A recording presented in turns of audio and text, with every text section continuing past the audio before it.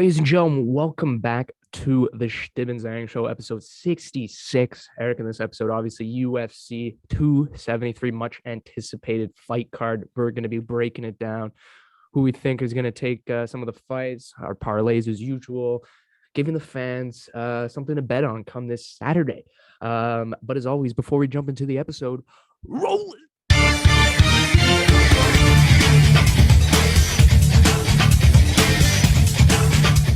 Welcome back to the Chtib Zhang Show. Like we said, UFC 273. My God, Eric, much anticipated fight card. A lot of good fights, a lot of heavy-sided favorite fights. Yeah. It is definitely a tough card to bet on this weekend. Just before to start, as you can tell, I'm a little congested. It happens, the nose is a bit stuffed, changes the voice. So that's why I sound a little off, a little sick. That's all. Just a little nose congestion, a little thing. And I keep sniffling. I apologize. But Eric, like we said, 273. There's a lot of good, the main card's good. Even in the prelims, you got some good ones. And I got a couple fights that are in the prelims that we're gonna add to our parlay, because why not? Some well-known fighters. I'm surprised that this Rosenstreich Marcin Tybura one isn't on the main card. Instead, it is Vince Pichelle versus Mark Madison. A couple of guys in the lightweight, ranked 20th something overall. Anyway, though, we'll get to them. But first, let's go by in order. So our first prelim fight, like I just mentioned, Eric, Jairzinho Rosenstreich versus Marcin Tybura. This is a heavyweight bout. Rosenstreich comes in as a favorite under 155. Tybura is plus 135. And Eric, I'm going to say it right away. I'm taking Rosenstreich. I'm taking Jairzinho Rosenstreich.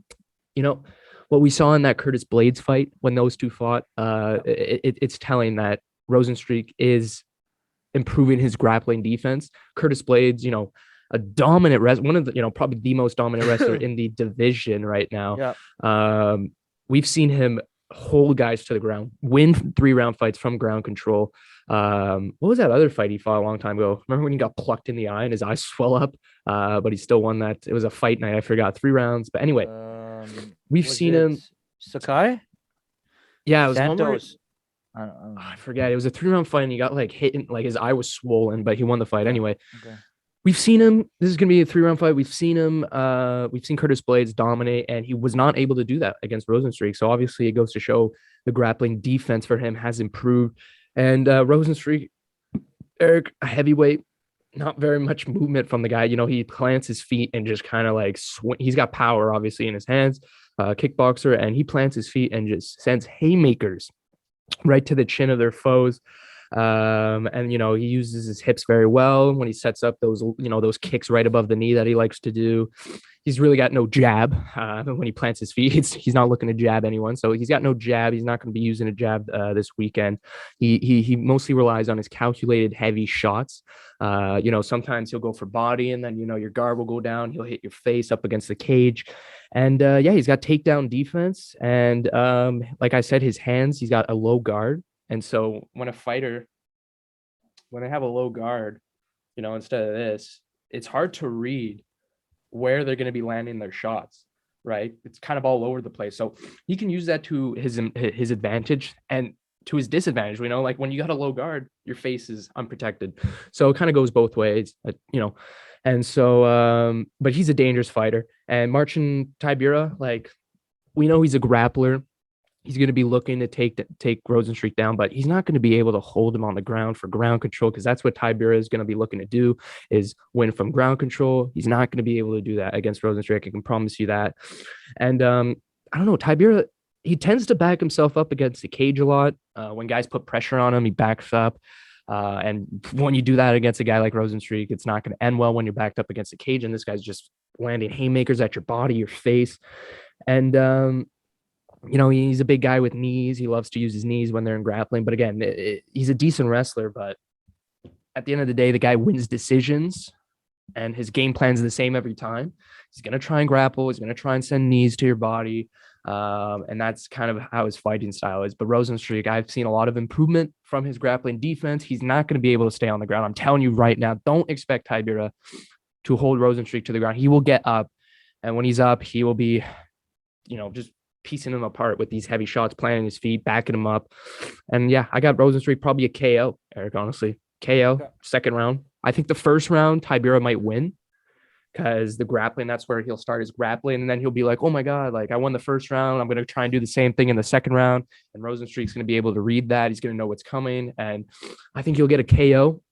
I think he'll get a clean shot. Tybura will fall and ref will call it, or they're refs, right? What do we call them in UFC? Officials? Yeah. Yeah, official. The official will stop it. I say, KO, second round KO.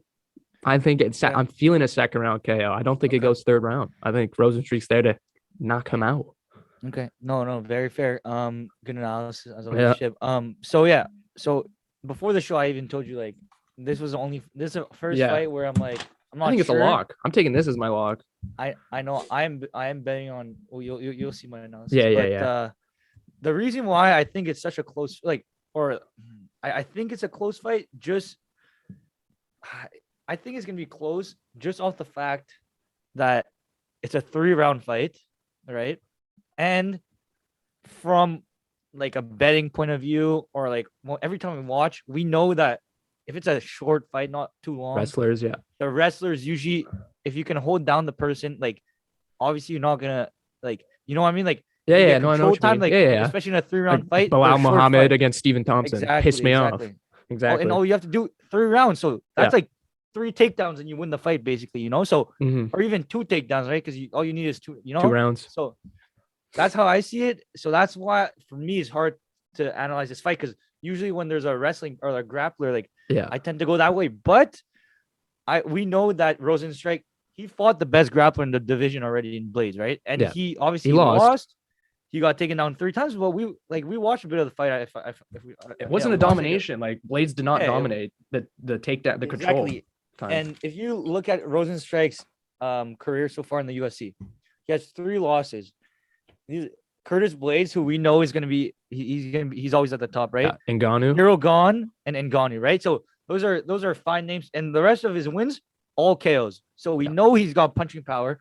We also know that Tybura, when he's up against the cage, he gets knocked down and he gets knocked out. So that's what, and the fact that Volkov too, who we know is Rosenstruik and Volkov, I'd probably put them on the same level. We know that Volkov beat Tybura. That was his last fight. So that shows me that Rosenstruik has a good chance of winning this. The only thing is, before that Volkov fight, Tybura was on a 5-fight win streak. So he beat Spitvak, who we know is a good fighter. But obviously he's more of a wrestler, right? And he also beat Greg Hardy in there. So not the best fighters, but to be honest, if I had to bet on this fight, I probably will. I'm probably gonna bet on Rosenstruik. But you can never count out a wrestler.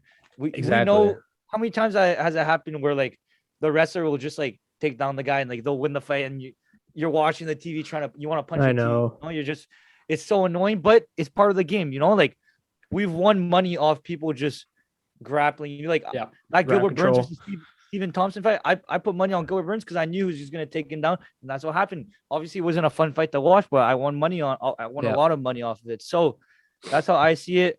I think I'm a bank on Rosenstruik being able to either knock him out, or hey, if you can hold your own against Curtis Blades, I don't think Tybura is that big of a jump. Exactly, because Tybura, when I think of him, he's a guy who could probably beat, you know, anyone, you know, 8, 9, 10, 11, 12, 13, 14, 15. Like, I'll take Tybura. But once you get to like that top 6 in the heavyweight, I don't know if he can compete against those guys, because they're too elite. Like Derek Lewis, he wouldn't beat a Derek Lewis, right? He lost to Derek Lewis. Exactly. And it's, you know, he already lost. You know, he won't beat a Sirogan. He won't beat an Ngannou.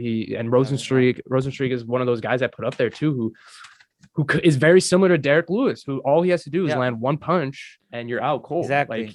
Exactly. Like, so that's what I think is going to happen. I don't think it's going to be a decision, because I think if it goes to decision, I find it hard how Rosenstruik would have won that fight.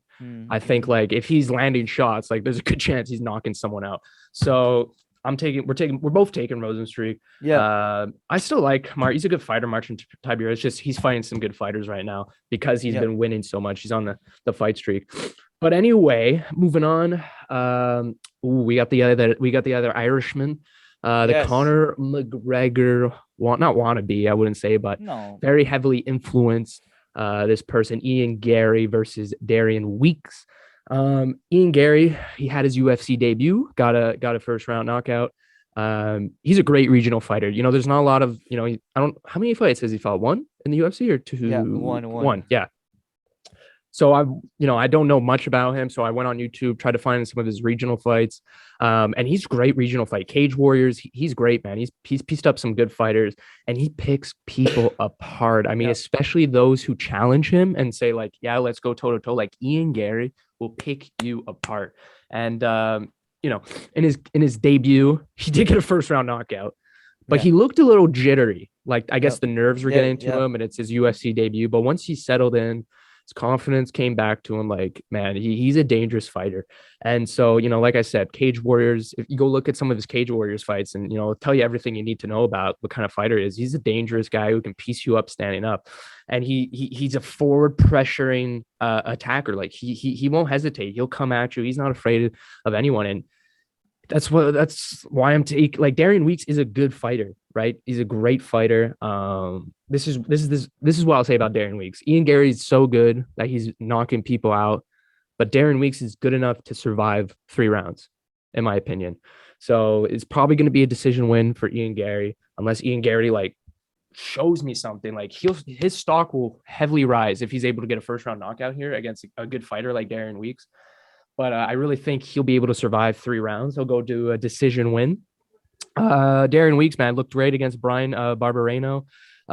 He fought him on 1 week's notice, and he looked great. And so obviously he has no KO power, and he has a very average fighting style. There's nothing very special about his fighting style, Eric. It's very average. Any average fighter, he'll mix in some kicks, some punches, but if he tries to pressure Ian Gary, he's going to get pieced up. I think he'll be able to eat the shots, but it's not going to look good on the scorecard. And he's probably going to try and pressure Ian Gary, because what else does he have to do? There's no other elements in his game to be able to counter the offensive pressure of Ian Gary. So I think he's going to try and pressure him, and he's going to learn that, I should probably not do this very early on, because Ian Gary, I'm telling you, the guy's real deal. He's got some good fight in his hands. He's got some good striking capabilities for sure. So decision win for me, Ian Gary. Okay. No. So as Ian Gary said, he's not a the thing with not Ian a wannabe. I didn't mean to say wannabe, but he's heavily influenced by McGregor. Exactly. So as he even said, like, because he's an Irishman, right? So he's just doing his thing, right? But a lot, like, obviously UFC fans, they like their Irish fighters, especially. So just being Irish will hype you up, and his fighting style and everything, like, hypes him up too, right? So that's why, like, even in his post-fight interview, he said, "Wise Irishman before me once said, we're not here to take part, we're here to take over," right? So, he's got that, all the Irish people behind him, right? So he's got some hype to him, and that's why I believe that this Ian Gary's got this fight locked up. If you just look at Darian Weeks, obviously he has 1 fight in the UFC. He's 5-1 in his pro career. He's got 1 loss, really close loss though. It was a close fight. Just by looking at the numbers, it looked like he won, but he got the unanimous decision loss. So just from that, I can tell, like, this is what happens with most of these fighters is they win 1 fight, and then especially with Ian Gary, who's Irish, and he's got some hype behind him, right? Like, no one would be talking about this. Like, who talks about his second career fight? Like, why would we be talking about this? So, but he's got a lot of hype. It was kind of like Patty. So as we know with these fights, this is kind of a setup, right? Not a setup, but it's like he's made to win, right? So if I had to bet money, I'd put money on. I don't know, man.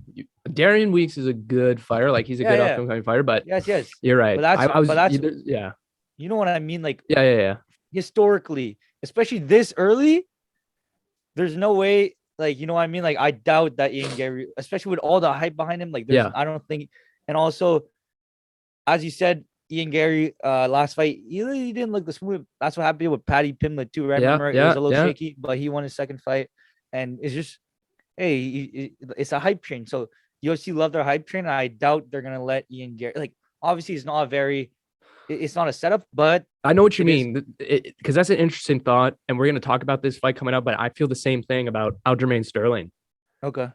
because of he is African, right? He's got some I Yeah, believe, Jamaican, I think. yeah. Is it Jamaican. Jamaican Yeah, I think so. or is it because I remember like UFC, UFC they want to grow their African fighters. Oh, okay. They want to have a like, they want it to be a thing over there, right? The UFC to be their sport and more people involved. So that I know what you mean about the hype. That's what I was thinking with Aljamain. Whereas like if it's a close fight, the UFC might actually give him the win because they want their sport to grow in the country. But yeah, for sure, you could say the same thing about Ian Gary and Yeah, no, the but Irish. I think I don't Like he's think good. we'll He'll talk about prove why he'll win. He'll prove why yeah, like he's gonna win. we'll talk about the Aljo thing later, but I don't think because I just searched it up again. Yeah, his parents are Jamaican, and also I don't think Aljamain Sterling is one of those fighters that the UFC would like hype up. I don't know, like they're kind of trying to hype him, Well, yeah, but I mean the guy has been a bit of a he's been clowned a little bit, obviously, but exactly. But yeah, coming back to the Ian Gary thing, um, especially if you look at his fighting style, he's 6'3", right? So he's 6'3" yeah. for a welterweight. That's really tall for a welterweight, right? 170. And if you look at him, his style, like from his last fight, I remember watching his last fight. Hey, he's a decent fighter. He was hyped up in his first fight. He's hyped up again. I'll put money on Ian Gary.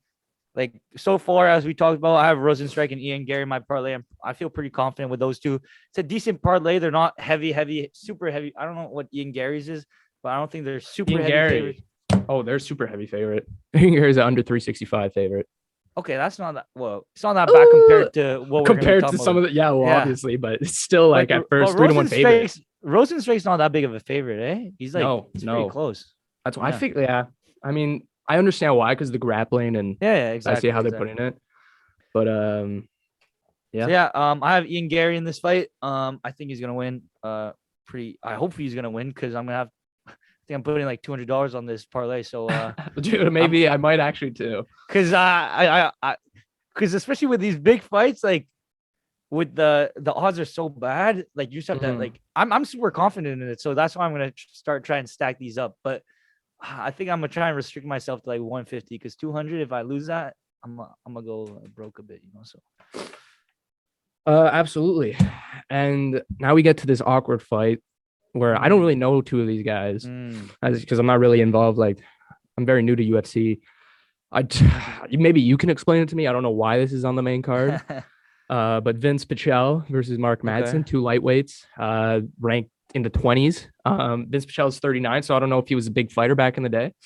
And so, now these guys made it onto the main card. Lightweight, Mark Madsen is an underdog plus 110. Pichelle versus under 130. Mark Madsen, Olympian grappler, Eric. However, I've seen some of his fights I watched on YouTube. His grappling hasn't really impressed me for an Olympian. And so Vince Pichelle has kind of impressed me more at this point. And, no matter what you do to Pichelle, he's a guy who does not slow down because I was watching his fights. Some of the fights he does not slow down. He gets hit, man. He does not hesitate. He wants to end the fight quickly. And whatever you pull at, whatever you try and do to him, he won't slow down. But he is 39 years old, so the wear and tear on the body, obviously. But he looked great versus Jim Miller. He will be taken down. Obviously, Mark Madsen is an Olympian grappler. He will be looking for takedowns, and Vince Pichelle, I believe, will get taken down. However, he's gonna try his best to get up. I think he will break the takedowns and will get up. And so I think he's just gonna keep wearing him down. And so like I wouldn't lock this down as anything because I barely know the two, and that I find it strange that they're on the main card. But yeah, Mark Madsen, I feel like he's going to exert a lot of energy with all these takedowns that he's going to be putting down because he's an Olympian grappler. That's like his game. I don't know about his striking game, but he's going to exert a lot of energy with these takedowns. So maybe Vince Pichelle, that's where I think he finds his advantage to his time to piece him up, Mark Madsen, when they're on the feet and when he's tired in the second round. Probably like Mark Madsen probably wins the first round because he gets takedown, ground control, and then Vince Pichelle's like, okay, I'm not gonna let you take me down for 3 rounds and do this nonsense. I'm gonna try and bow and get up, and I think he will. And Mark Madison's gonna, I think he's gonna get pieced up.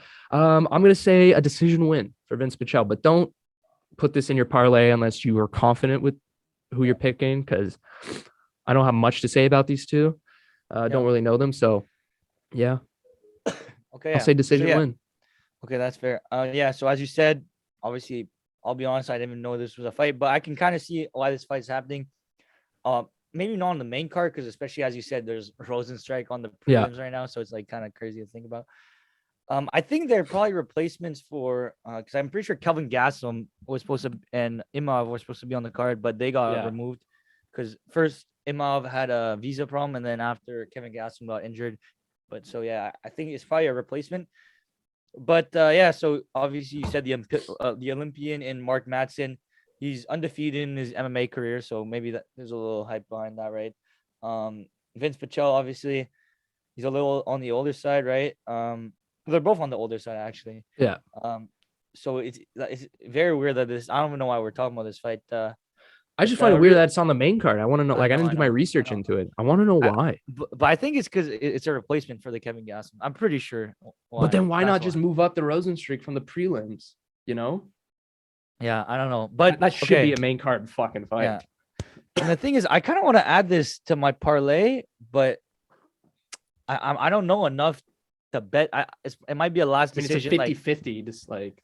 Right. So. Exactly. And I don't want to ruin my fucking $200 parlay on this random fight. You know, I'd probably like Mark Manson just gets a sub in the first round. Yeah, exactly. Especially what I find with the UFC is the more like usually in the main cards and everything, the favorite tends to win a lot.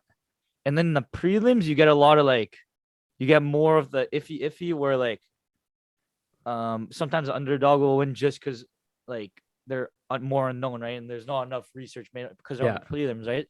So that's why on these more unknown fights, I find it hard to bet. But on the main cards with fighters that I've been watching and stuff, it's easier to bet on. Yeah, I don't know. I'm gonna go with my gut. That's all. My gut's telling me Pichelle. Don't bank on it in your parlay, like we said. Yeah, but that's what my gut's telling me. With the other Madsen, the Olympian grappler. Because you know when it's a 50-50, I'll just go. You got to go with the wrestler. Yeah, fair enough. I probably won't bet on this fight, honestly. I don't know. Yeah. Again, baffles me. But I get even a replacement fight still. Come on, Dana. Got to set that up properly. Next fight for the women's UFC division, Mackenzie Dern, Eric, versus Tecia Torres. Mackenzie Dern comes in as the favorite. Tecia Torres comes in at the underdog plus 100. Mackenzie Dern's under 120. And man, Eric, this is my first upset alert. Maybe the only one in my card. I'm taking Tecia Torres. Tecia Torres. Ticia's very good underdog. Oh yeah, this is why that's what I'm saying. Okay. I didn't know Torres, that. Wow. Very good wrestler. Very good wrestler. Mackenzie Dern's also a wrestler. She can be looking to try and submit Tecia Torres. Tecia Torres will not get submitted. I can tell you that. Obviously, if you're in the women's division, Eric, in the UFC, being a smaller fighter, like as a woman, it makes it harder to grab onto you, hold on to you. You're able to kind of get loose, escape grabs and stuff like that. And so that's why I think Mackenzie Dern's going to struggle with Tecia Torres. And Tecia Torres, man, she's a good wrestler and a good kickboxer. Now, this is where I'm confused, Eric, because I just recently, while I was looking into this fight, Mackenzie Dern, when she was getting for her fight against Mackenzie Rodriguez, she said she only started to hard spar. Then she was at top 10 in the division, Eric. Like I don't want to say anything about women's UFC divisions, but it goes to what's going on here? You're top 10 in your division and you haven't hard sparred. What? That can't be it. What do you know what I mean? Come on. Yeah. I've only started to hard spar. What do you mean it's not the worst? You're top 10 in your division. You have to know how to strike. You can't just, you have to hard spar from your start. But it's not like you have, okay, even because sparring, okay, if you think about it, hard spar too, you need it, but it's not, I don't think it's a do or die situation. Sure, Eric. Maybe if you're the 25th ranked women's fighter in the division, not in a top 10. I don't get it. I feel like those components need to be worked on when you're going through even the top ranks of your division. They mean like a hard spar, so like light spar, like you know, like touching up, but like they're saying like going to Hard spar, cage yeah. That's what I'm and saying. like You need to do actually that. like yeah. You need to do that. Every fighter does it. You need to do it. And that's where I'm like, fuck, I'm shocked. That's why I'm taking Tisha Torres, because Tisha Torres is a good kickboxer. She's a good wrestler. And I'm surprised that she's on, well, she's lower the rank, but I think this is going to be like a TKO finish for Tisha Torres, honestly. Yeah. I honestly think I'm taking Tisha Torres TKO. This is a 3-round fight, right? Yeah, obviously. I'm gonna say TKO. Second round, maybe second, third round. Tisha Torres. I think she might get the back, mount the back, just start wailing on her. Maybe she goes. I just think it's gonna be a TKO. I think it's gonna be a finish. Not a sub though. I think it's gonna be a TKO finish. Yeah. So is she actually the underdog in this fight? Mackenzie Dern's the favorite. Because the last time I checked, which was like 3 weeks, because not gonna lie, 3 weeks ago, everything changes. So I was watching this fight, and like because I know Tisha Torres from, I was watching her Angela Hill fight, whose card is on the Derek Lewis? No, not the Derek Lewis. I think it was a Derek Lewis card. Yeah, it was a Derek Lewis versus Gong card. I remember I was watching the fight, and I didn't know much about these fighters, but it was a really good fight. 100 plus strikes for, like, it was super entertaining, and like I was like, wow, Tisha Torres is really good. I remember watching the fight; it was super entertaining. So that's when I was like kind of a fan of Tisha Torres, because she beat Angela Hill. They had a fight previously, and she also won that fight. So it's like, and Angela Hill was up there too. So Tisha Torres is on a 3-fight win streak right now, and if you look at who she fought, like she's always been at the top. So her losses, she has a loss to Rose Namajunas, which is pretty fair, right? We know she's a obviously. champion. Jessica Andrade, we know she's always been at the top. Joanna Jędrzejczyk, we know she's one of the greatest, right? John Wei Lee, one of the greatest. This one's interesting. She has a decision loss to Marina Rodriguez, which is kind of interesting. Marina Rodriguez is the person that, Mackenzie Dern just lost to too. But she lost to. Oh, it's Marina Rodriguez. Oh, did I write Mackenzie Rodriguez? Did I mix up the names? I think I mixed up Mackenzie Dern. Yeah. So it's. So just used her first name. The last loss that Tisha Torres has is against Marina Rodriguez in 2019. Since that fight, she's been on Tisha Torres has been on a 3-fight win streak. Beat some good fighters, especially Angela Hill. Angela Hill is a really good fighter. Like, she's really badass. So the only thing for me in this fight is, originally, I'm like Tisha Torres. I'm gonna take Tisha Torres 100%, right? Because I watch her. I want her to win too. So that always adds when I'm betting. I like to bet on who I like too sometimes. For sure. But then after I looked up some Mackenzie Dern. If you look, you know with these submissions, man. I hate betting. I hate I hate betting against grapplers, but she's a wrestler too, Tisha, man. Yeah, I know, but it's scary, man. Like you never know with these grapplers or like you get like one good position, boom, it's over. Like you get behind their backs, you submit them, it's over. Like you can be the best, you know what I mean? Yeah. So that's why for me, especially Mackenzie Dern, I know how good she is, and it's hard for me. I just don't like betting on the finish either, a submission finish, right? Because it's super. It's like, you know, Paul Craig, like the only way he wins is by submissions, or not, he gets messed up, you know. So it's risky, but he gets it done sometimes. So that's why, especially in this fight, if I were to bet, like if it goes a distance, it's gonna be Tisha Torres. But I'm just scared of the submissions. That's all. I think if she can avoid all the submissions and everything, she's gonna win by decision. Exactly. But Mackenzie, hey, the submissions, we've been through this. You know, like no, I know. Pena got upset. Charles Oliveira got the upset too. Like, just these submissions are scary, man. Like you're watching the fight, and even like Ortega. Remember, like you get one position. Ortega, I'm like, oh no. So I think I'm gonna throw Tisha Torres in my parlay. I'm probably gonna be shitting bricks the whole time watching the fight, but I'll probably do it. I just don't think Tisha is gonna get into that position. Like she's not gonna put herself in that position to let Mackenzie Dern get the sub, or leave herself vulnerable. She's a really good wrestler. People underrate her wrestling skills, and she's a good kickboxer. So I think on the feet, like she knows Mackenzie Dern is gonna be looking to take her down, try and submit her. She knows that. Everyone knows Mackenzie Dern's game plan. And so, like, if she can figure out a way to counter the takedowns, I mean, she's a good wrestler. She's got to, she'll try and stop the takedown attempts with her defense. But man, if this stays on the feet, even like, I don't know, maybe even Tisha takes her down and goes for ground control on Mackenzie Dern. Who says Mackenzie Dern's getting up? Who says that? Who says Tisha Torres can't take her down and go for the submission or rear naked choke? I don't think Mackenzie Dern's the type to be able to get up if someone takes them down immediately. So I think Mackenzie Dern has just fought a lot of good strikers, and she's been able to do her game. But now it's different with Tisha Torres, man. It's completely different when you're fighting actually someone who has the same wrestling not background, but the same components as you. And so I'm going to take Tisha Torres. I think she's got more components to her game that are going to make her a bigger threat. And Mackenzie Dern, she is dangerous on the ground with her subs. I think Tisha is going to be able to avoid that. Perfect. Yeah, exactly. So, okay, just to show you, because right now it seems like that's crazy that you took Tisha Torres, because I've always been big on Tisha Torres. Look, I'll even show you. Look, I remember I was talking with one of our good friends, Jeff, and we're like, we have like a committee. Bets, our bet committee, and you probably can't see, but Tisha Torres, I see it. She was there's a minus there. She was a favorite. Okay, yeah. So the fact that she's now it's a good thing, right? Because now she's. So I don't know how that switch happened, but hey, for my betting stuff now is good. I like it. So absolutely.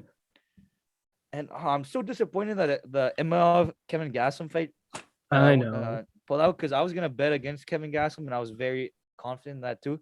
So, because I'm not gonna lie, I need to add this Torres fight in just off the fact that she's an underdog. The underdog, and the other fights aren't multiplying a lot here, So not big multipliers. Exactly. So there's not a lot of multiplications here. So no. Torres, especially now with as an underdog, you gotta lock her in. I feel like exactly, because you know what. I mean, we'll get to it. We'll tell people the numbers that are coming up, because it's ridiculous. But yes, so right now, this is why I'm. If people, I feel like people are watching. People told me they're gonna watch our analysis. So, dude, shout out Everest Dixon. Is he gonna listen to me this time or you? I know. Who knows? Who knows? Hey, I know Everest Dixon. Maybe I got the perfect parlay in the UFC London fight. If Regan or Everest are watching right now, bet there's some people that watch, because if Regan's watching, Aljamain Sterling, Korean Zombie, Gilbert Burns, lock it in. Three fight parlay, put $50 on it, and just look at the amount you're gonna make and just ride with it. Just ride with it. But yeah, so far this is what I have. So well, we can probably. So I'm gonna be betting $200, and right now I have Rosenstrike, Tisha Torres, and Ian Gary so far. And then I'm gonna add 3 more the next fights too. But we'll talk about that later. So the Tisha Torres, I'm not gonna lie, this is the one I'm most scared about. There's a reason why. So if you can, when I was texting Jeff, I told him the fights I'm scared about are Tisha Torres and the Rosenstrike fight. Those are the only ones I'm gonna be shitting my pants about. The rest of them I'm pretty confident, but we need these shitting pants bets, because it's not like a shitting pants. Like I'm not like, I remember when people were asking me about Dan Hooker and all that. Like I was not that like you could go back, like I was not confident, but like, you know what I mean? But like these ones, like I'm kind of confident, but like I'm like, it's a hard card. Like I said, it's a very hard fight card to bet on. So I hope Tisha Torres comes out with the win. I really like her fighting style. I really like Tisha Torres. I'm a fan of Tisha Torres.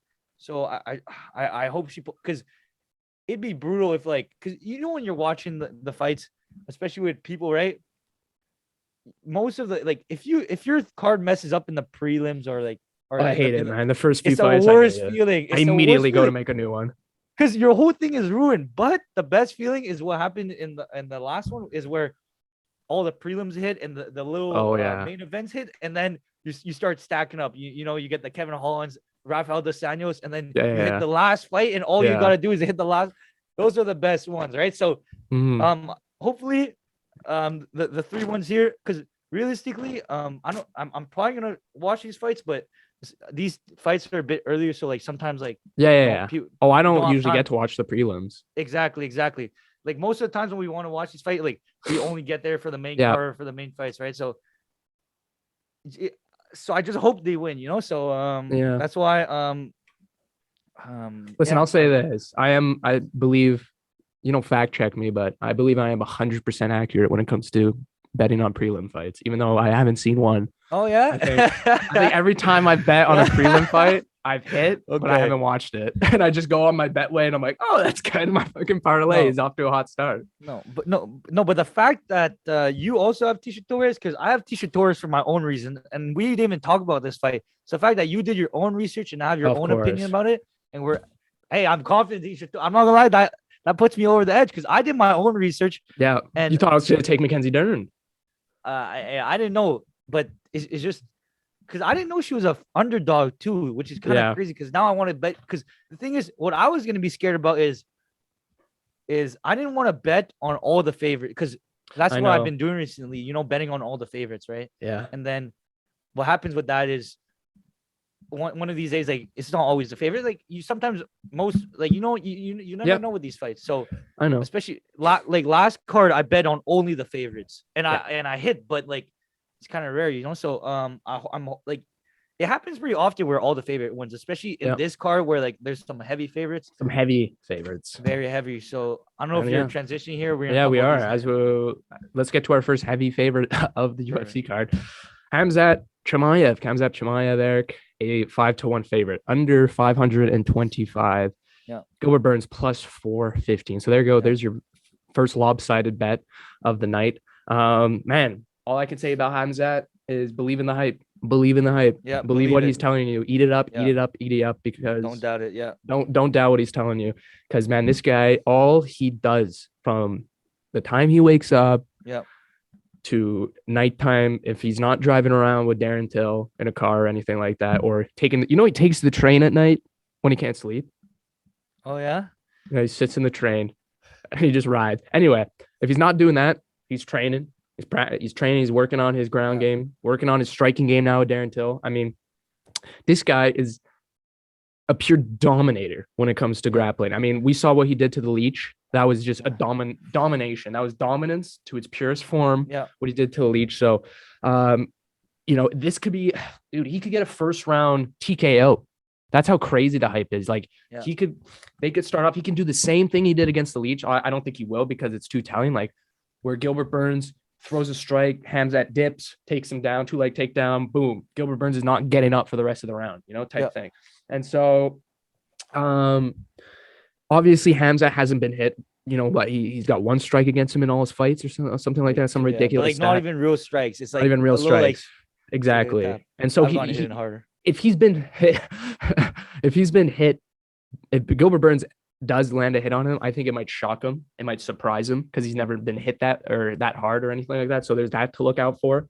But man, this guy has fought at middleweight, Eric. He is a big welterweight. He is a big man, big boy. And Gilbert Burns is a lot smaller than him. And so I think he's got the strength and the power over him. And he probably has at least 10 pounds of muscle on Gilbert Burns going into this fight. I mean, the guy is just a beast. I think, I don't know. It's going to be a finish. I'll tell you right now, it's a finish. Ain't going decision. It's just at what point is Khamzat going to finish him? Because Khamzat obviously wants the belt soon. So he's going to want to put on a show here and put his stock. So he's not going to wait. He's not going to wait till the third round to do stuff. Like first round, I'm telling you, he's going to be looking to finish Gilbert Burns, back mount, TKO, wailing at his face. He's going to try and mount his back, maybe a rear naked choke. I'm just like, just take him, put him in your parlay. Khamzat's a lock. He's a future welterweight champ in my eyes. If he can work on his striking, then Usman is done for. Like Khamzat will eat Usman up. And so I'm going to take Khamzat Chimaev. First round TKO. First round stop, first round sub, either one. First round stoppage. Exactly. It's ending. He's not going to wait, man. He wants He wants the title shot after this. After this, he's going to want the next. If he can finish him in the first round, boom, title shot. So I don't know what he'd be waiting for. Exactly. And with these fights, I find like you just can't overthink it, man. Like I know. The more you analyze it, the more like these ones are so. I feel like these ones are the easiest ones to bet on because how dominant Khamzat. This guy has shown no weakness. I've been following this guy ever since he joined the UFC. If you can watch clips from like a year ago, like we were talking about Khamzat Chimaev, like before, like any, like I think after like his second, like we're already talking about Khamzat. So I think after his fight in the middleweight or something like that. Exactly. And then the only thing about Khamzat is his weight cuts are tough, right? Because like, for they're welterweight. tough, but if you look at his shape now, like I've watched him. He looks in decent shape. He looks like he can get down to 170 pretty easily. Doesn't look like where Darren Till on the other side, when he had to cut down to 170, this guy was fucked every time he had to go down to 170, you know, because this guy, but Khamzat's a different breed, man. With fighters like these, especially he's from Chechnya, right? Just straight mount, you know, like it's just a different, like he had to leave his country, go to Sweden just to fight, right? Just like he has a different mentality, but this is a do or die type of his mentality is exactly. You can't compete with that type of mentality. As good as I love Gilbert Burns, man. He's one of my favorite fighters. You got to give him respect for taking the fight. For sure, a lot of respect, and Nobody he knows that if he wins this fight too, he's back up there, right? Because he already lost Kamaru. Yeah, but you can't sleep on Gilbert Burns either. Just off the fact that, hey, don't forget, Gilbert Burns knocked down Kamaru, like technically not knocked him. He hit him with a good shot. He dropped him for like. And then what did he do? He lost. What did he do? But, no, I know he lost, but what did he do after he knocked him down? Nothing. He laid on his back, Gilbert Burns. He didn't do anything. First of all, people say, sorry for interrupting, but people say like, don't sleep on Burns' jiu-jitsu. I'm gonna I'll take a 12-hour nap to that jiu-jitsu. What, like, who has he submitted? No. Mike Davis? No. Okay, you can't say like that because don't forget. I think, but that's why people are saying jiu-jitsu like Khamzat, like he'll be able to do something, like he'll be able to compete on. Oh, he won't. He won't be able to compete on the ground with Khamzat. No, exactly. Like when you talk about jiu-jitsu, Gilbert Burns I think he's a world champion in jiu-jitsu. Like he's one of the best. But jiu-jitsu is different because jiu-jitsu, the way you fight, you don't have to worry about someone punching you in the face and stuff. You know, when you're doing jiu-jitsu, like when someone's on top, like when you're on the bottom in jiu-jitsu, it's not a bad thing because you can. But in a fight, if you're on the bottom, like you're getting pounded, you know, it's completely different. So that's why he hasn't used his jiu-jitsu that much. The thing with Gilbert Burns too, man, his reach is really small for he has a really small reach for a welterweight. We know that he's a 155er, or realistically, like he's not the biggest. Well, no, he's not a big welterweight. Don't forget, hey, not to diss up Dan Hooker, but he got knocked down by Dan Hooker, man, which is kind of like. And Dan Hooker don't knock people out. Exactly. So, but ever since that Dan Hooker fight, he went up to welterweight and he was on a 5-6 fight winning streak until he met Kamaru and then beat Wonder Boy. So the fact that he couldn't even submit, if he's that good in jiu-jitsu, I know he's good in jiu-jitsu, but if you can't submit Wonder Boy Thompson, what you gonna do to Khamzat, man? Well, Khamzat is just too strong. I don't even know why we keep talking about this fight. I really like Gilbert Burns. I think the UFC did a fragile chin too. Yeah. So. I just think Khamzat if you look at Khamzat, everything about Khamzat, the hype, not just the hype, but his fighting style and just his mentality and like him and Darren, like just everything about it tells me automatically. There's a reason why he's such a big dude. As an 11th ranked fighter, there's a reason why he's such a big favorite. So I'm telling you, don't even think about it. Put money on Khamzat. Don't even think about the money that you can get if you bet on Gilbert. Dude. When are we ever going to see Gilbert Burns at a plus 415 ever again? Yeah. Ever. Exactly. I mean, the guy's great. I mean, the way we're talking about him now makes him sound shit, but it's just because he's up against Khamzat. If he was up against anyone else in the welterweight division right now, besides Kamaru or I don't know, like if he fights Colby, is this fight a lot closer? Are the odds a lot closer? Yeah, the odds are going to be closer, but give me Colby's not going to be a 5-1 favorite against Gilbert Burns. And But I still think Khamzat would be I'm not gonna lie. If he beats Gilbert, I think Khamzat gonna be a favor against Kamaru. I think the betting, that's what the odds are gonna say. I think probably. I think the hype is gonna be real. And if he goes in first round and submits him or TKO, he's gonna get the next title shot after Leon. And then Colby can run all his mouth. Khamzat will be like, I don't have to fight you, brother. Like I don't need to fight you anymore.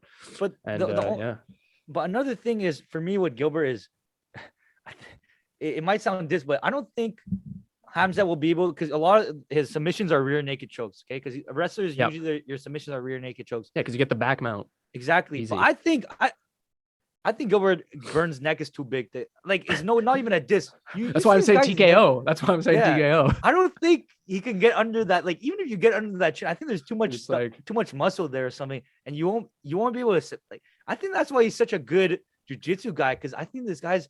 I don't think people are like, dude, what the hell's where's your neck? Exactly. Like, that's what. Hey, think about it. Like, that guy's neck is that wide. Like, how are you gonna submit him? So. That's why he will get the back. He will get the back.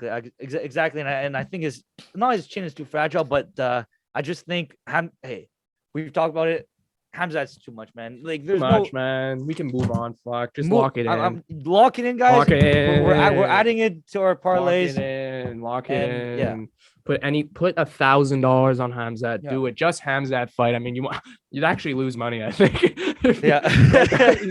5-1 favorite. You wouldn't make any money. Yeah. But fuck, that hurts a parlay though. Let me tell you, that definitely hurts a parlay. Definitely hurts. Definitely hurts. So maybe make another one, Gilbert Burns, if he gets lucky. Who knows? One shot. Yeah. Honestly, one shot to the chin maybe is all he needs if he's able to land against Hamzat. We'll see. Anyway, we move on to this much anticipated bantamweight rematch: Aljamain Sterling versus Piotr Yan, number 2. Aljamain Sterling, I think he was African. He's from Jamaica, from the Caribbean. Yeah. They're having their rematch, as we know, first time. Piotr Yan actually lost this, disqualified, illegal knee to the face. We're not gonna call it a loss. Like, every time you gotta say loss, you have to do this. Closer. Yeah, it was a domination, but like, I think like it was still close. Like, Aljamain Sterling, you know what I mean. But here's the part where obviously a lot of people are hating on Aljamain right now. Yeah. This is why the betting is very heavy, because Aljamain Sterling's really, like, he's good. People, like, they're doubting him because of like but he's a good fighter. If you get to the ground with Aljamain Sterling, like, there's a good chance you're getting submitted. And to be a plus 360 versus Piotr Yan probably doesn't warrant that, but because of the hype, because of the buffoonery that Aljamain's putting on right now, he's got the book, what was it, UFC Rules 101, he posted dummies. First video was fine, then he posted a second video about it in a completely different location, and I was like, hey, like, come on, Aljamain. Piotr Yan is in the gym as we speak, getting ready to beat you. Okay, this is where people are pissed off, though. Okay. First fight, gets knee in the face. Eric, how long did it take him to get to his feet? I don't, like... The guy was rolling around. Oh my God. Guy was rolling. I can't see. I need my trainers. Like, bro, let me name you some fights, Eric. Stipe versus Ngannou. Yeah. Remember what Ngannou did to Stipe? Boom, Stipe's up. Curtis Blades was sent to oblivion versus Derek Lewis. Was still able to get up. Sandhagen had a flying knee to Frankie Edgar. Yeah. A flying knee, pretty much the same thing Piotr Yan got, or Aljamain Sterling got. He's up for the celebration, not celebration, but the hand raise. It's just, I think a lot of people were looking at that, rolling around and being like, hey, Aljamain, you're kind of selling it. And we're not buying it. What you're trying to do right now, it's like, get up, get on your feet. Like, we know you got knee in the face, but come on, I need my trainers help me. Like, I couldn't see. Like, we get it. The knee was real. We're not doubting that. You got knee in the face, but come on. We've seen people get hit harder, done worse, get knocked out by bigger dudes, okay, like Ngannou. So come on. It's time. Yeah, I think that's what a lot of people, that's what at least I'm criticizing him. I think a lot of people criticize him for that, though. And just like what he's, trash talking. He had to pull out of a scheduled fight. They were supposed to fight earlier. He had to pull out because he was still injured. He was pretty much just trying to hold on to the belt as long as he could. But now it's coming down Saturday, and he's a good fight, Aljamain Sterling. Listen, he's great on the ground. He has a lot of submission wins. Yeah. He does, and I quote, he said, I will grind Yan against the cage. That will not happen. I guarantee you that. He will not do that to Piotr Yan. Yeah. But he is ripped. He is a big guy for bantamweight. So he's taking care of his body very well. And it was a very close fight, the first one. I think where his problem happened is his cardio. He couldn't keep the same pace as Piotr Yan, and he eventually fell to that. So if his cardio is kind of the same thing as in the first fight, then Piotr Yan, rounds 4-5, Eric will be eating him. But Piotr Yan, we saw versus the Sandhagen fight, fought really good. 4th round, he won that round. But then you get to the 5th round against Sandhagen, Eric, and like he looked normal, Piotr Yan. Like he looked vulnerable, he looked human. Corey Sandhagen was landing some clean shots. Even Aljamain Sterling, after the first round, I think in their first fight, he had more significant strikes landed than Piotr Yang. Piotr Yang, it's very possible that he could lose 2 rounds in this fight. Very possible he loses 2 rounds. Man, depending on his game plan, he can lose round 1, then win the next 4. He can lose the first 2, and he'll win the next 3. That's how I see Piotr Yan. And so he does lose rounds, especially after good rounds, like good outputs that he shows. He'll win it, like let's say round 3, then maybe round 4 he'll lose. Who knows? That's kind of what happened in the Sandhagen fight. But he's from Siberia. He's a cold motherfucker. He doesn't mess around. Wait, Siberia? I'm pretty sure, no? No, Russia. Yeah, but where's Siberia? Dude, our geography needs help. We definitely need geography. What, bro? Yo, I'm cool with geography, bro. No, you're not. Be quiet. It's Russia, man. What do you mean? No, he's straight Russian. No. Piotr Yan, yeah. I'm pretty sure. Here we go. He's from Siberia. He lives there. There's no way. No, Russian, man. Yeah, I know that, but is he not Siberian? No, or is he's living in Siberia? I don't know. I mean, he's Russian. He was born in Russia, yeah. Like, I think he lives in Siberia. I don't know. Everything about Piotr Yan, Russian. Yeah, Russian, Siberia, kind of the same. Anyway, I'm pretty sure he lives in Siberia right now. His family lives there, even though he's from, I don't know why I couldn't pronounce that state, from Russia. But yeah, he's just, the point I was trying to make is he's built different. Aljamain Sterling will never be built like that, and Piotr Yang is just on another level mentally. Yeah. And I think that's what's going to give him the advantage here. I think it's going to be a decision win. Don't think Piotr Yang's going to get a knockout or anything like that. Not really a guy who does that type of stuff. He just kind of pieces you up and wins by points. So I'm going to go decision win, Piotr Yang. I mean, this was the fight I was scared of betting on. You look surprised. But Aljamain Sterling, people are going to overlook him. But then I thought to myself, I could never look at Piotr Yang the same if he loses this fight. I could never look at him the same if he loses this fight. So for me, losing is not an option in my mind for him. I just don't see it happening, or else I wouldn't be able to see Piotr Yan the same. Because the guy's just the way he carries himself at press conference, he knows he's winning, right? The way he talks, he's like, I know how UFC fighters have to act like that, but you know what I mean? Like guys like Hamzat, Volkanovski, Piotr Yan, those guys just, or Khabib too. Even Khabib when he was dominating, he knew in the press conference, he knew, and that's why I wouldn't be able to look at him the same if he loses this fight. So I don't think Volkanovski has that though. But yeah, I know what you mean. About Volkanovski's a bit more because he's killing right now the featherweight. Yeah, he's had some close fights. Exactly. So, but so is Piotr Yan. That's what I'm saying. He's got some close fights. No, Sandhagen was a close fight. Yeah. So yeah, yeah, I'm done. I'm good to go. You're good. Okay. Yeah, I don't think he's losing the fight. Okay. Yeah, exactly. Hey, same with me. So hey, if you're betting on this fight, most of these fights, especially the last 3 we're gonna talk about, I'm confident the fighter wins, but I hate the odds. I'll be honest. I don't agree with any of the odds. I don't think none of them should be that big of a favorite, especially this, because I remember when this fight happened, I was watching it live. Yeah. They were actually even. It was a 50-50. Yes, that's what I'm saying. So I remember I was like, okay. I was like, oh, when I don't really know these fighters. Like, okay, give me Aljo. He's under he's fighting for the belt. So he's like, give me Aljo. And I was watching. I was kind of supporting Aljo because I didn't really know much. When you watch a fight, you just choose someone. And then I'm like, oh, I think he's gonna lose the fight. And then this happens. And then I was like, oh, whoa, what just happened? And then now I really liked Aljo at the time, but then I hated how he reacted to the whole thing. He just handled it so not well. Just the rolling around, man. It's exactly. And I think that fight was a year, more than a year ago now. Wow. So that's how long Aljo milked. This guy was out for a year. Milking it, man. This guy's been milking the championship. Literally. Because now when you go on the thing, it's longest lasting champions. He's up there now, which is kind of crazy. It's kind of funny because this guy has he doesn't deserve it. So, so you can even watch back my analysis on it. We're talking about it. I remember I was when I was watching, I was like, what? Because I didn't understand it. It looks so weird. I don't know. If you want, it was a year ago now. It's probably one of our earlier episodes, but it's kind of crazy that we're going full circle here. We talked about the first fight. Yeah, I remember talking about it. It was on okay. the Amanda versus Megan Anderson fight. Israel Adesanya was on that. What was he? I don't remember. But I remember. I don't remember talking about Adesanya only once. It was the fight. I don't know, Robert but I guarantee you we talked about this fight. I remember talking. You have to go back 100%. Far. Yeah. So yeah. I think I just don't know how Aljamain would win. That's the only thing.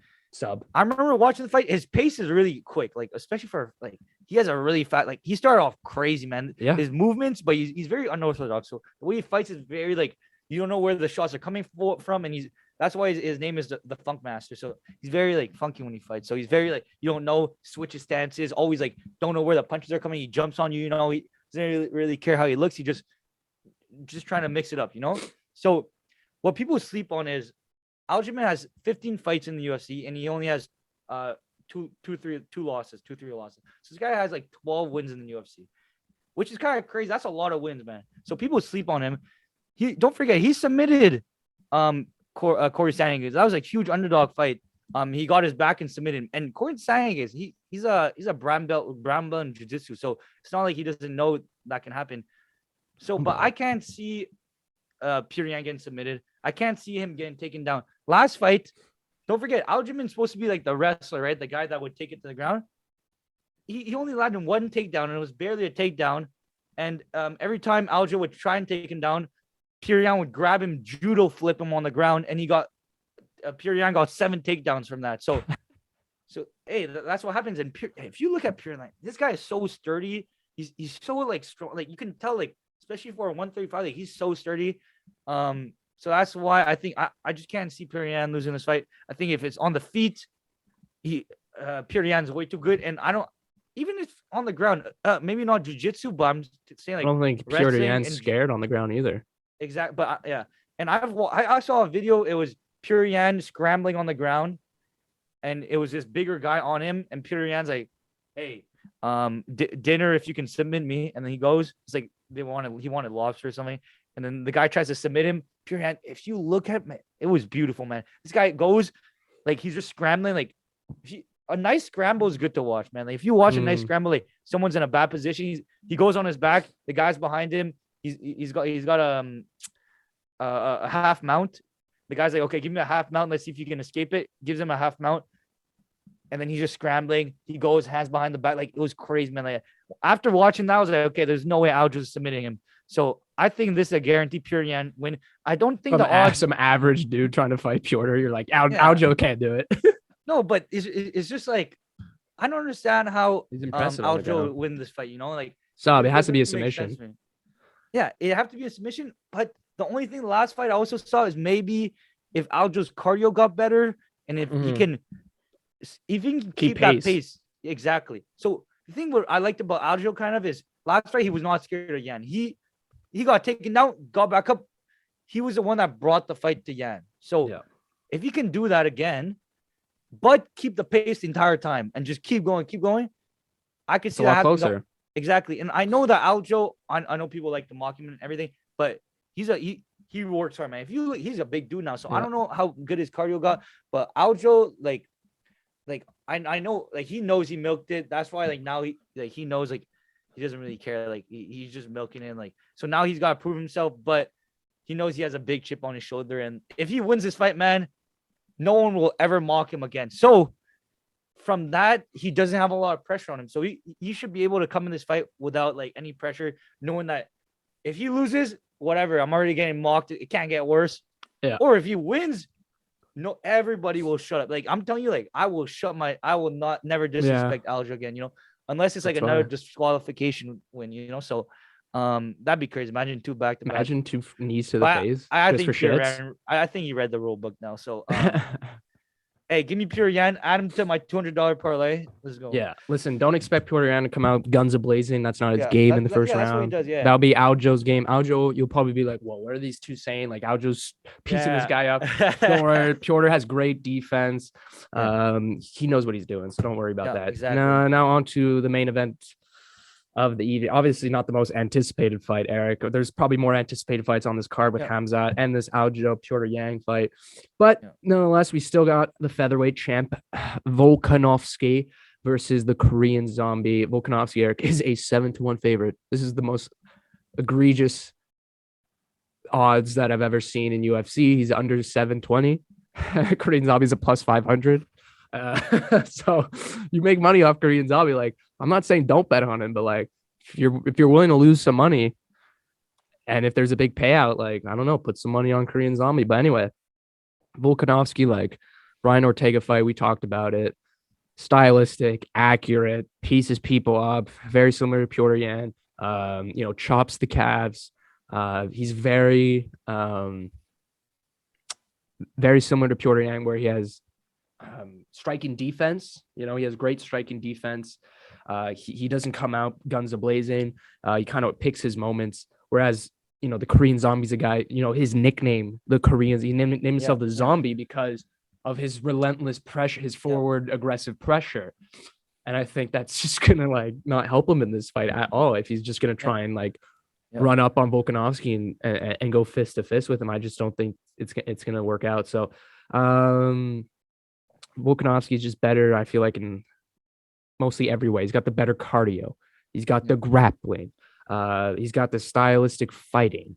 Got the defense. I believe he'll drop the Zombie eventually. In one of the rounds, I think he's going to drop the Korean Zombie. Maybe he'll get a TKO from that jump on him. But he's a big guy, Volkanovski, for a small dude. He is a small dude. He's like, what, 5'5", something like that, Eric? 5'6".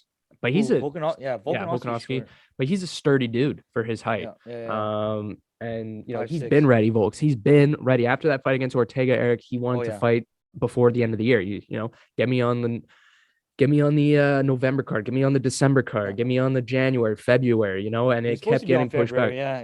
And then Korean Zombie. This is where it's very telling, because if you looked at the odds a few days ago, maybe a few weeks ago, this fight was a lot closer. And then Volkanovski had an interview where a reporter told him, as we know, Korean Zombie has that injured left shoulder, and everyone forgot that Korean Zombie was dealing with an injury, right? That's why this fight got delayed so much, is because in February, where the fight was supposed to happen, Korean Zombie said, or in March, I believe it was, I forget, he said, I can't take the fight, I'm injured. A title shot, he said, I can't do it, I'm injured. And so again, I think he was supposed to be out till June, the Korean Zombie, Eric. And so I don't think that shoulder is 100% healed. And I just think that's why these odds are so, they just got flipped like crazy. And then that's why Volkanovski is such a huge favorite. I mean, I think Volkanovski is going to get the 4th round TKO, something like that. I don't think this is going to go to a decision. Like, Korean Zombie's great. He's a great striker. He's great versus shorter opponents. If you look at some of his finishes in his career, Eric, it comes to shorter dudes like Frankie Edgar. And so, you think it in its advantage, but then again, it's Alexander Volkanovski, right? And so he's got the shoulder injury, supposed to be out till June. He's a good striker. He does dip and counter. He's very good at that. But Volkanovski, all he's got to do to counter is kick the calf. What did Ortega do to the Korean Zombie in their fight? Just beat the shit out of his legs, kick the calf. Volkanovski's going to do the same thing, and his shots hurt too. He's going to just beat the shit out of that calf. And Korean Zombie, man, is just, I don't know. He's a forward backwards type fighter, right? We saw it against Ortega. He's a forward backwards. If you get him to go in circles, if you start circling him, it's troubling for him. And I think Volkanovski just has all the elements, the assets, the skill to just get a TKO win here, because he's not a guy who's going to knock people out, Volkanovski, right? He doesn't have the power. Like, he pieces you up, but getting to the later rounds of when Korean Zombie's like, just the shit was kicked out of him, beat out of him. Like, it's going to be a 4th round TKO, I think. 4th or 5th. I'd say 4th to go be safe. 4th TKO. And I think it sucks that it's under 720, because he will win, but it will ruin your parlay odds. But you'll have 720. Ugh. Yeah. I know, and that's why, I'm not gonna lie, going into this, the only fight, so usually when I bet, I like to bet on who I think is gonna win, and who I like. So this fight is the first fight that I'm gonna bet against the person I want to win, because I really want Korean Zombie to win, obviously. But why, obviously? I don't think, because that's my guy. Don't worry. Okay. So that's I've been following Korean Zombie for a while. Okay. Don't forget. And also, like, Just don't worry, that's my guy. So isn't Song Yadong your guy too? Yeah. Hey, you know, can see correlations, man. You can see the correlations. I can see the pattern here. You can see a pattern, but also, hey, that's I go in UFC. You know, I like. Yeah. But okay, people sleep on Korean Zombie, man. Like, look, well, this fight especially, yeah. No, this is the type of guy. He has knockout power. All of his fights before the last two fights, either he's been knocked or he's been finished or he finished someone. So okay, let me go back in his first two fights. We'll forget about those first two fights. But his first fight in UFC, he fights Leonard Garcia, finishes him with a twister, man. This is the type of fighter we're talking about. A twister, man. You know the twister. We love the twisters, you know. So finished him with a twister. And this was a guy that he fought previously and he lost a split decision. So that's his first fight in the UFC. And then gets another KO. And then fights Dustin Poirier, gets a TKO. Poirier, man. You don't play with Poirier. You don't play with Poirier. And then fights Jose Aldo for the belt. And as we know, Jose Aldo, he's good. And we're talking about the shoulder. He gets his shoulder injured that fight. Yeah. I don't know if it's left or right, but he got his shoulder injured that fight. So that's why he lost the fight. He was also he was actually he was losing that fight. He got taken down a bunch. So he was losing that fight, but his shoulder got messed up. So he lost that fight.